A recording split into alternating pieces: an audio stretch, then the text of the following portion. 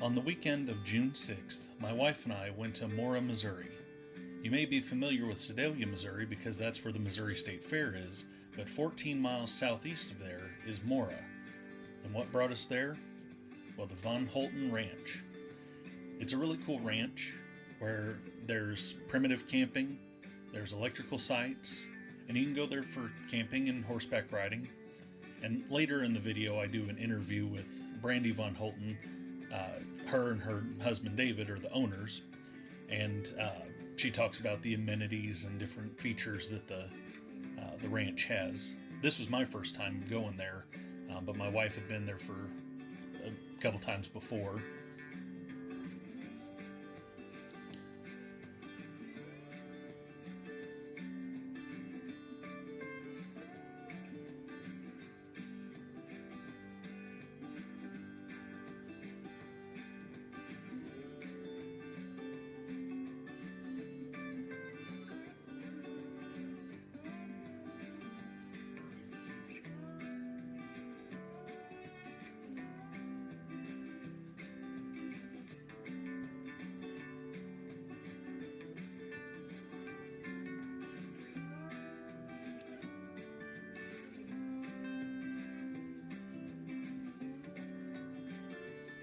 First thing that we did after we got there was unload the horses, and they have really nice stalls for all the horses to stay in if you'd like.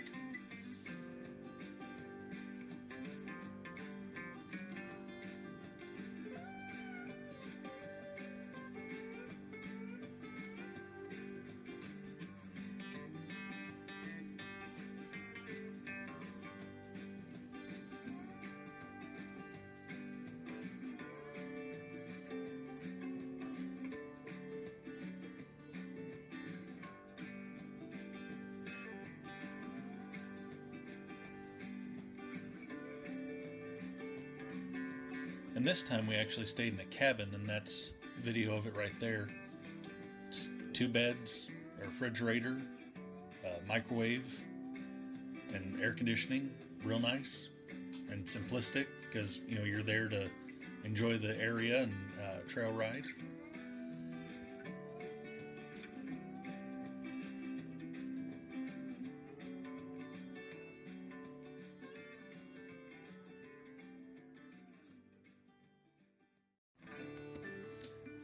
On day 2, my wife went to a clinic that was going on that weekend.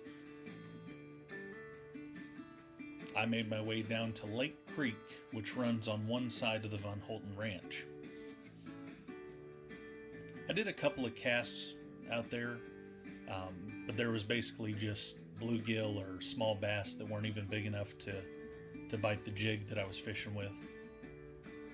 But the creek is beautiful, and there's probably other segments of the creek that has larger fish.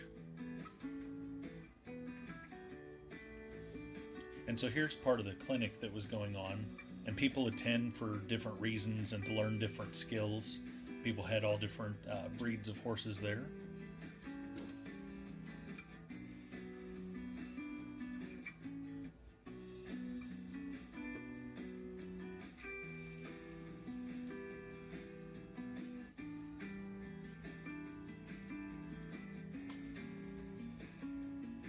And after watching that for a bit, my wife and I got out and decided to enjoy the trails. And the trails go on both sides of the ranch. We just did some trail riding on one side, so didn't get to see the other side and what the trails look like there.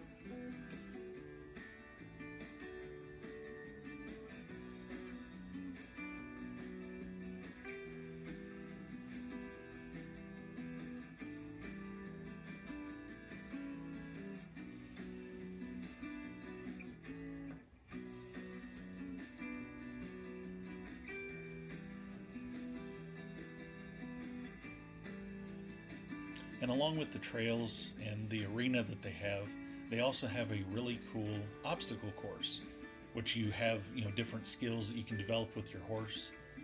Here, my wife's working with one of her horses in sort of a set in the ground water trough that's only a couple inches deep, but you're training the horse to step into something they're unfamiliar with. And they also had different things like gates and things to step over. So it was really neat, my wife explaining these to me because I'm still learning. And we tried a couple of them, and it was fun. So I was successful at what I tried, and obviously my wife was.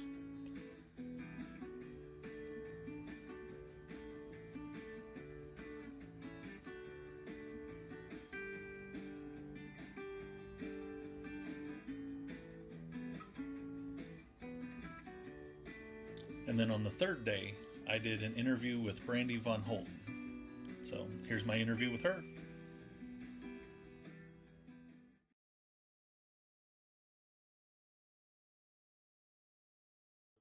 What was your upbringing like? So my upbringing was very poor, but I didn't know that I was poor. I thought that everybody had brown beans and fried potatoes and cornbread like 7 days out of the week. I just thought everybody did. My parents, they needed an instruction manual on me, and they probably, I was difficult and we were poor. So I was born in South Texas, and then whenever my parents got felonies and needed a fresh start, then they moved us to Arkansas. And then as soon as I graduated from high school there and 2 college degrees from there, and then moved away. And I have a sign in my house that says, like, don't judge people by their relatives. Okay. So I'm like one of the only people in my family without a felony. Oh. Yeah. Oh. I have 3 college degrees, and most people in my family have more felonies than I have college degrees. Oh. So yeah. I learned how to fight. Yeah. I was very successful as a fighter because I needed it. Yeah. Yeah, I've got the grit that my Taekwondo instructor said that I have. It can't be taught. Yeah. Okay. Yeah. Yeah. I've only been to Texas once, and so it was with my family when I was younger. We went to a bluegrass festival. It was Canton, Texas. Is where we went. So, I have no idea where that's at because Texas is so freaking big. Yeah, it's basically like 5 states size. Yeah. You know. Yeah. Yeah. So what got you into horses? My family. I got my first horse on my 5th birthday. So I had that little horse until my senior year in high school, and I had gotten it. He was just like this tall, like he was not very tall. So then I got a real horse when I was like 8 or 9 years old. Well, we had horses, and then they got this horse disease called EIA, it's equine infectious anemia, and we had to put down our entire herd. So then when I was 8 years old, we bought a horse that I had until I was 32 or 33. And one of the horses I ride now is her last baby. Oh. So, yeah, I didn't have my first formal lesson though until I was 33. So I didn't realize that I was not a very good horseback rider, and now that I've taken lessons, I realize that I have so much more to learn. Yeah, yeah, and that's what I'm doing and stuff. With Rachel, she's teaching me everything, and so I'm starting out with the basics, and little by little, and I'm retaining some of it and stuff. Right. So how did the Von Holten Ranch come to be? Well, the farm's been in the same family since 1906.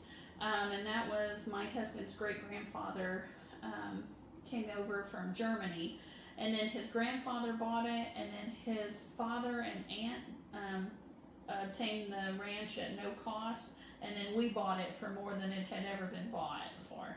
So Von Holten Ranch came about because I used to go to different trail riding facilities, and I was like, I think I can do that. Yep. So yep. My husband always wanted to own the family farm, and I like horses, and so he's like, well, let's try to make both of us happy. with doing this, and now we're into our 11th year, and we won Missouri's Best Ranch. Whenever we bought this family farm, nobody had lived on it since 1979, so it was in complete ruins, and it was never a trail riding facility. It was a farm that his family went through world wars on, the Great Depression. They never got rid of anything, and then it hadn't been maintained. So we always say, it's easier to give birth than to raise the dead, and we had to raise the dead and then give birth to Von Holten Ranch. Yeah. What are some of the features that you have here? Well, we've got 32 electric sites and 75 stalls. We used to have 94 stalls and 40 electric sites, but we can't get any more electricity out here. So we needed to take out some of the electric sites. My husband has a shop that has a CNC in it, and he's adding a sawmill and a kiln this year. And we also have a venue, and we won Missouri's Best Place to Get Married for 22 and 23, but we stopped doing weddings. That was just a popularity contest because we didn't do COVID.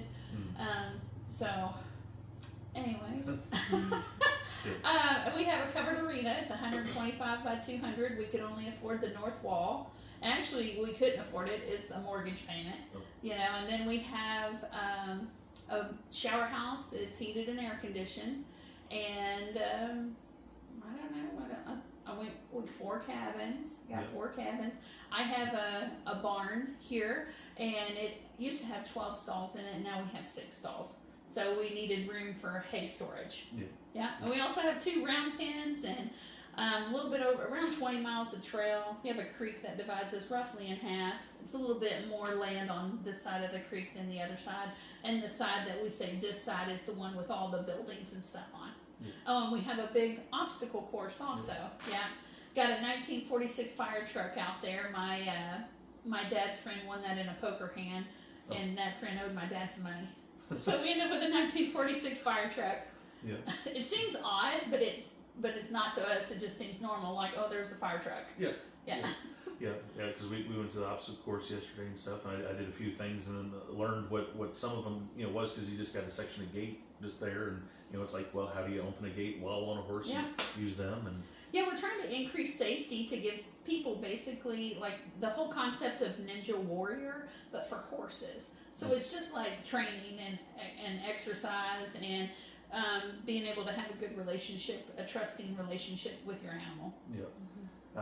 And then something that I was real happy about and stuff was the shower house and the bathroom stuff is the cleanest, nicest shower house bathroom I've ever been to and stuff, because we went to different campgrounds like kayaking and stuff, and so I really well, that shower house, man, I was a school teacher, and we spent more money building that shower house than I ever made in a whole year of teaching, and that shower house is cleaner than my own personal house.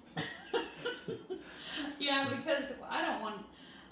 We made sure that it's air conditioned, because I hate going to these trail facilities and then it's not air conditioned. So then when you go to put your clothes on, you're like, is that water or is that sweat? And gross. And now I need another shower, I think. Or it might be water. You just don't know. And then the cobwebs everywhere and stuff. And this didn't have any of that. So, so what's like maybe an interesting or a funny story of something that's happened here? Oh, you know what? I can usually tell if somebody's a police officer or a nurse because they say a lot of cuss words. And some of my guests, I'll tell you a story that a guest told me, was they were both police officers, and one day a week they are off together, and they don't really put clothes on. They kind of eat whatever they want to eat. They watch TV, they jack around, they play video games. Well, this one person, they had a gentleman supposed to come over to look at a horse that they had for sale. Okay, so I'm like, okay, so they were like, haha, you gotta go, you gotta put clothes on and go talk to this person. And then they were talking to him, they're like, dang, you look like that comedian that, I don't know, he's like a redneck and he has like his sleeves cut off. Ginger Billy? Larry, you look like Larry the Cable Guy. Well, he's like, well, my name is blah, blah, blah. Well, it's Larry the Cable Guy's real name. Well, it wasn't Larry. Yeah, it's Keith Whit. I don't think it's Keith Whitley. most definitely not Keith Whitley. No. That's just, but anyways, and so they were like, oh, well, it's not Larry, okay. So then Larry the Cable Guy like rides their horse and everything, and then whenever he's like, hey, okay, well, I'm gonna see if I'm gonna go try out some other horses or whatever. So the wife comes back in and says, yeah, he looked like Larry the Cable Guy, but he said his name was blah blah blah, and then he was like, dude, that's Larry the Cable Guy. Oh. And he's like, you don't think you should pop your head in and be like, hey, I know you're naked on our day off playing video games and eat fried food, but this dude really looks like Larry the Cable Guy, okay? Like, so I've just had so many stories like that have come into my life. So many, man, I don't know. What was the original? I mean, I can tell you specific stuff about the ranch. Yeah, just interesting or funny things that's happened here, or man. Weird events, or not weird, but just the events that happened here, or like anything. Yeah. Anything. Yeah. You know what? We used to host weddings and had some kids that they found where I tied my goat. I don't know if you know what that means, but they figured out how to upset me because they were, a lot of times whenever people are getting married, they kind of don't think that laws and rules, because they're having a good time and cutting up. That's our special Or day. we had some boys one time throw some M80s underneath the bridge. Well, I thought it was I thought they were active shooters. Yeah. And then they came onto the property. They didn't know that I was down there around that bridge. I locked the gate. I locked them onto the property to come and find them. So that's like the only time that. And then I'd call the police because whenever I came there, they wouldn't identify who the boys were because they went into a group with their friends and I didn't know who it was. Yeah. So then I just asked the bride's mom, do 30 seconds. She get up here. And so that's the only time like that. Man, I cussed those boys up and down. Yeah. And they were like, it wasn't a gunfire, it was an M8. And I was like, don't you catch me in a technicality. But I said, like, the F word can actually be every part of the sentence, like a grammatically correct sentence in the English language. Anyways, the sheriff's deputy was like, you said everything I've ever wanted to say. They were like, you're so scary. So we've had stuff like that. We've had people lose cell phones and in the arena, and one time we had somebody lose their cell phone, and then winter happened, spring happened, and then we cut hay, and then we found their phone, and the OtterBox protected it, and so yeah. So anyways, it's always every weekend is an adventure. My husband deserves like so much praise because people come here and stuff breaks. Like he fixed someone just this weekend. He fixed someone's air conditioner. He changed out someone's water pump for their horse trailer. Like he's had to weld things for people. Like man, a lot of people's weekends would have been ruined if my husband didn't have like blue collar knowledge. Yeah. Mm-hmm. Yeah. Yeah. What events do you have throughout the year? Here I know that there's a homesteading event coming up. Yeah, we've got a homesteading event. That's why we actually stopped hosting the weddings and we started doing homesteading stuff because I felt like a big draw after COVID to help people become more self-sufficient. So we literally stopped doing weddings to be able to do homesteading classes. And we have an event that will start this year called Smart Chicks. And it's only open to 12 people. There's 4 instructors. And it's 3 days of just knowledge and science-based. I have a degree in biology and a minor in physics. So I kind of science up some stuff instead of saying, here's how you do that. We say, here's how you do that. Here's your free sample that comes with it, and let me tell you why. So I always want to be able to tell people why. But our biggest event that we host right now is called Chicks in the Sticks, and it's an all-inclusive, women's-only event. Now then, everybody always wants to come up with something funny whenever we invite the guys. They want to say, sounds like Rick's in the Sticks, but it's not. Okay. Yeah, they always want to say that. But we've tried some co-ed stuff, and it never works. So now we just stick with the ladies' events. We host mounted archery. I teach mounted archery, so we have like a complete line of equipment, and We actually started United States Mounted Archery this year, which is a state tracking system. So then, because mounted archery is such a small sport, that we needed people to be able to find other people in their state and know what level they are in their progress. So then they could find each other and like train together. So, but Chicks in the Sticks, a homesteading, and then we have horsemanship clinics. Yeah. Yep, which is what brought us here and stuff, along with the trail ride and everything. Yeah. So other than working here and everything and stuff, you also do a podcast or two. Oh yeah, one of Missouri's best podcasts is called Country Tough with Brandy Von Holten, and originally it was set up to be a 3-week rotation between someone in the horse industry or equine industry, a business owner, or someone with a compelling story, and then something by myself, just a topic for me to talk on. And I'm the one that's the weak link. I do not just sit down and record myself enough. So it ends up being equine industry business owner, and then every now and then I'll get my stuff together and live my life right. I do that, and then we have a magazine now. It's called Country Tough Times, and it just started this year, and it comes out every other month. I have 18 writers, and it's now in 21 states. Oh wow. Yeah. Well, and it's geared towards trail riders, patriotism, and thriving. So the thriving gives me access to have articles that are written by builders, welders, plumbers, people that knew medicinal herbs, people that are raising chickens, so it's just that self-sufficiency that we're trying to get where people don't depend on anybody and they just have those skill sets within themselves.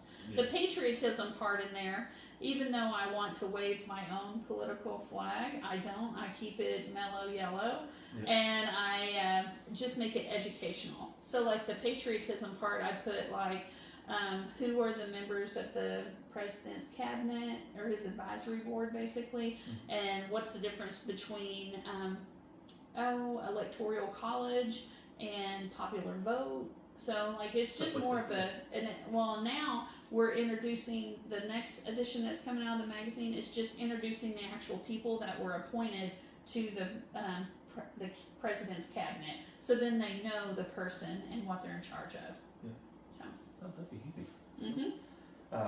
So if somebody wanted to find out about Von Holten Ranch or stay up to date with stuff going on, where can they find all that out? Well, you can find us on every form of social media. It's easy. Our website is going to be a stationary place. Okay, so Von Holten Ranch, and everybody has to be able to spell my last name. It's VON and then HOLTEN. So we tell everybody we're a perfect 10, so we put the number in our name. So Von Holten Ranch. Or they can look up Brandy Von Holten. I actually have a larger social media following than what the ranch does. Brandy Von Holten, my website is geared towards like the children's books, and then I do business coaching. I teach people how to podcast. I write children's books. So, but then I'm on like a big health journey myself. So I have currently I have 110,000 followers on Facebook, and then 59,000 on TikTok, and then not as big on YouTube, but I'm really going to address that this summer. But Von Holten Ranch, Brandy Von Holten, if they can't spell the last name, they could look up horsemanship with Brandy, and then everything links back. And then, or my husband is buildingwithdavid.com. Okay. So that you can find those things on Facebook, Instagram, TikTok, YouTube, even Pinterest. Yep. LinkedIn. I hate LinkedIn. I'm just not good at it. I started one for this, and I hadn't updated or anything. Well, I have contact information on there, so if they really want to get in touch with me, they can just reach out. But if you Google Brandy Von Holten, I even claim my own, because Brandy Von Holten we have 4 LLCs and 11 DBAs. Man, if you can find one, we have them all under connections on each one of the websites to link through everything that we have. And finding the magazine is Country Tough Times, because we trademarked Country Tough. And then the homesteading is Country Tough Homesteading. Okay. But literally, if they can find one thing, they can start digging around and finding it all. Okay. Yeah. Well, that's all the questions I have for you. Unless there's anything else you wanted to let people know, or anything else. No, you know what? The only thing that I really, the thing that's like really compelling me right now is I really want to be impactful in the equine industry. And there's so many people that just feel like they're not good enough, or their horsemanship's not good enough, or their horse isn't good enough, or that's just stuff needs to be just flushed down the toilet. Because we have, most of the people that come to my facility are probably over 60, and probably 80% of the people that come here come by themselves. Yeah. So we're a place that people can come and we can help each other, or we can help you. And my husband is here, so if you have any problems while you're here, we can help you also. Yeah. I know we've enjoyed our time here. My wife's been here 3 or 4 times, so this is my first time here, and I've enjoyed it, and so. Okay. All right. Well, thank you very much. Yep.